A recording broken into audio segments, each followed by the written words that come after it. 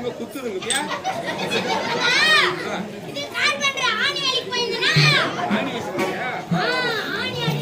ஏன் வீட்டுல எப்படி சொல்றாங்க? எப்பா இல்லையா நாளைக்கு வீட்டுல ஏன் போயிடா குத்துது பட்டு இல்ல 2 பேர் எங்க பாருங்க. மோகினி கிட்ட பேசுறேன். மோகினி முன்ன போய் பாத்துக்கிறியா? பாத்துக்கிறேன். எங்க பாத்துக்கிற? கரும்பு தோட்டத்துல தண்ணி கட்டினேன். தண்ணி கட்டிட்டு கரண்ட் போச்சு. படுத்து தூங்கிட்டேன். அப்படியே ஜிலுக்கு வந்துச்சு. புகையா வருது. வாயை திறந்தா வெறுப்பா வருது. கண்ணு மட்டும் முடியாது. மோகினி வந்தா பின்னால இது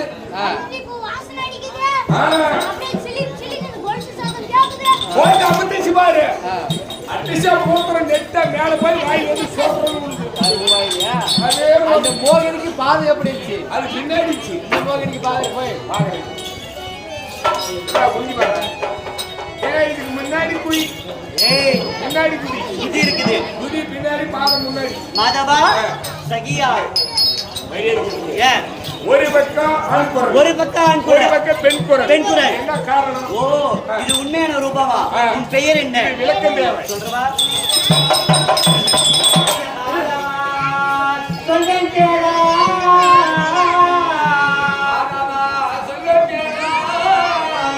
இந்த மாநிலா மண்டே இந்த யாதவ குலத்தை போற்றி அருமையாய் அருமையாய்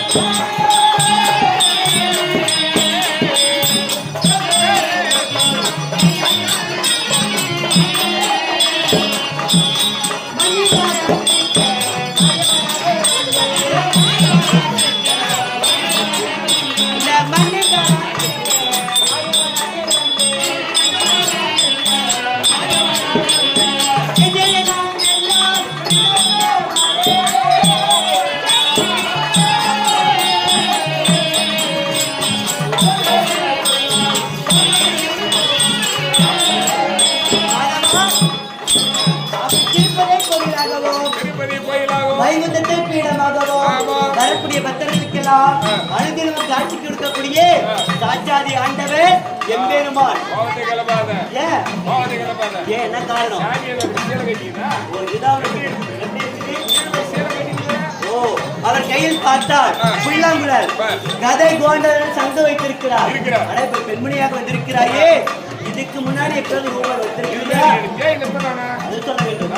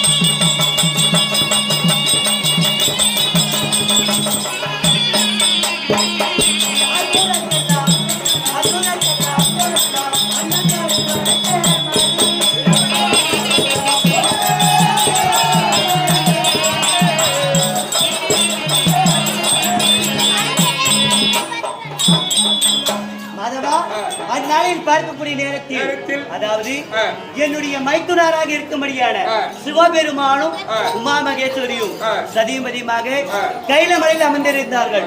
வரக்கூடிய பக்தர்களுக்கு காட்சி கொடுப்பதற்காக. அதாவது ஏதோ ஒரு சூரனாகப்பட்டவன், யார் தெரியுமா? பத்மாசூரனாகப்பட்டவன் என்ன செய்தான்? அதாவது யார் தலைமையில் கை வைக்கிறனோ அவர்கள் பற்றி எறிய வேண்டும் அப்படி என்று சாபம் பெறுவதற்காக கைலங்கிரியை நோக்கி வந்தான். வரக்கூடிய நேரத்தில் சிவபெருமானுடைய காலடியை படிந்துவிட்டு வரம் கேட்டான். என்னுடைய மைத்துனர், நீ யார் தலைமையில் கை வைக்கிறாயோ அப்படி என்று வரம் கொடுத்து விட்டான். அவன் அவருடைய நாட்டிற்கு சென்று விட்டான். நாரத முனி பார்த்தார். 3 லோகத்தில் சுற்றி வரக்கூடிய நாரத முனியாக விட்டு பார்த்தார். இப்பொழுது எப்படியாவது கலக வைக்க வேண்டும் என்பதற்காக பத்மாசூரனை தேடி சென்றார். சென்ற உடனே பத்மாசூரா,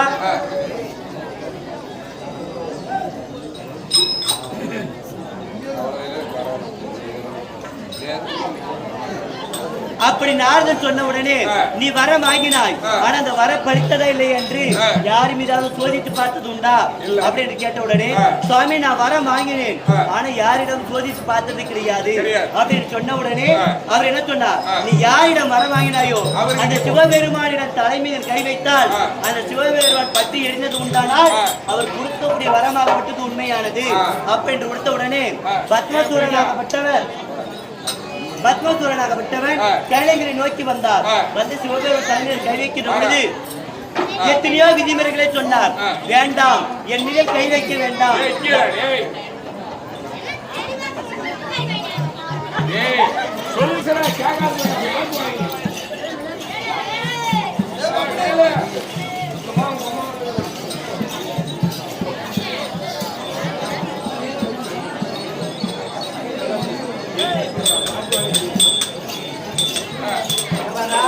ஆதி நாளையில் சிவபெருமானை காப்பாற்றினேன்.